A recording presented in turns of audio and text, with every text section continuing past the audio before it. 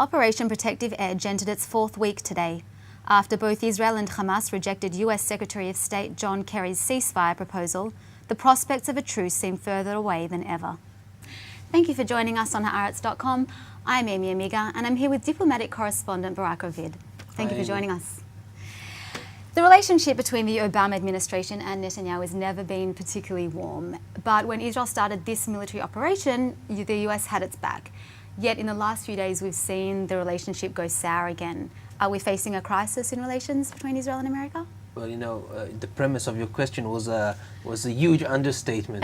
That the relations were never good. But I think that what is happening today is the classic way of U.S.-Israeli debate over difference in policy, because I don't think that there's anything unusual with the U.S. backing Israel during a military operation and rocket attacks and things like that. This is quite ordinary. But what is also ordinary is that at a certain point, when you need to take a look at, okay, where you want to take this operation, what's the policy, not the policy right now, but what's the policy for the day after, for the week after, then the differences appear. And then usually in the last 5 years with under Benjamin Netanyahu as prime minister and Barack Obama as president, there are clashes, and both administrations are unable to discuss their differences in a private and diplomatic manner, and it blows up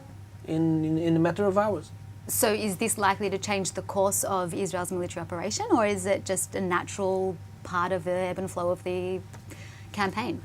Well, I don't know if it's going to change, because when you look at it, Prime Minister Netanyahu, if you'd ask him, if you go to a closed room, sit with Bibi, and ask him, Bibi, what do you want to do with this operation? He would tell you, I want this over with 2 weeks ago. Okay, I think that for the first time, Bibi doesn't need external pressure or further push from the international community to end this military campaign. He wants to end it. The problem is that he doesn't have a path to do it, and this is why he needs the international community today, not to push him and to tell him, look, we need you to stop this operation now. He needs the international community to help him to find a path to end the military campaign. He has stated that disarming Hamas is one of his objectives in this campaign, and they reiterated that last night, the Prime Minister and the Defence Minister in a press conference. We saw that the international community was able to disarm Syria of chemical weapons. What role can the international community play in disarming terrorist organizations in Gaza? Well, first, it's a very good question, and everything that has to do with disarmament in Gaza, with demilitarization, we need to take it in perspective, keep our expectations very low, and every small thing that Netanyahu and Israel will be able to get will be a huge accomplishment. There's something interesting here, because Benjamin Netanyahu, over the years, always said that he's against international forces, international monitors, international inspectors. In Iran, he doesn't trust the IAEA inspections of the nuclear facilities. In Lebanon, he says that UNIFIL, the UN force there, is not doing its job. In the West Bank, he refused numerous proposals for international forces because he says that only the IDF can protect Israel.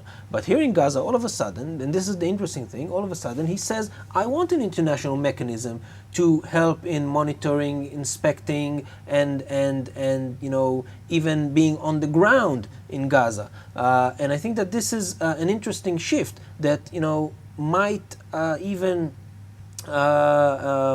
change the way he's looking at things in the West Bank, in the medium and long term. And I think that this is the first time that Netanyahu is telling the international community, I want you in, I want you involved, I want you on the ground, and this is a big shift.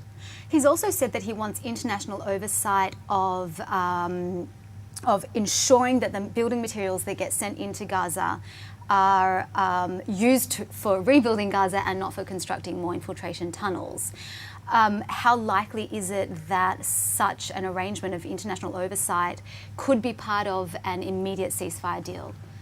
Well, first, I'm not sure we're close to a ceasefire. We still have to wait and see. And in any case, none of those arrangements will be part of an immediate ceasefire. You know, there have to be some sort of negotiations in order to build and this mechanism and to see how it's going to work. When you look at those tunnels and you see, you know, I mean, this was, you know, a whole industry of you know, using dual-use materials in order to not to build houses, but to build tunnels and bunkers and a whole lot of other things that, you know, are now being discovered. So I think that in a way it was even a wake-up call, not only for the international community, not only for the Israeli government, but for almost every person and organization that is dealing with the blockade on Gaza.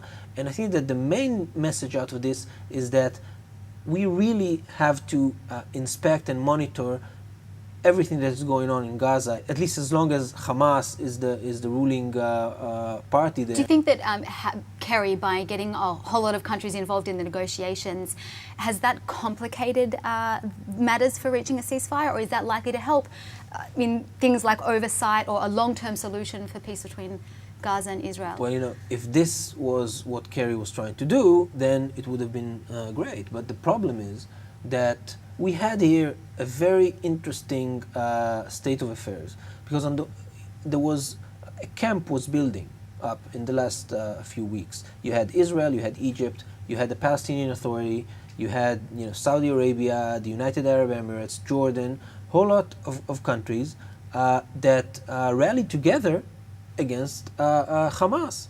And then goes the U.S. Secretary of State, looks at the situation and says, you know what? No, this is not good. I want to bring in other parties. And who is he bringing? He's bringing Turkey and Qatar, who are the two main backers of Hamas.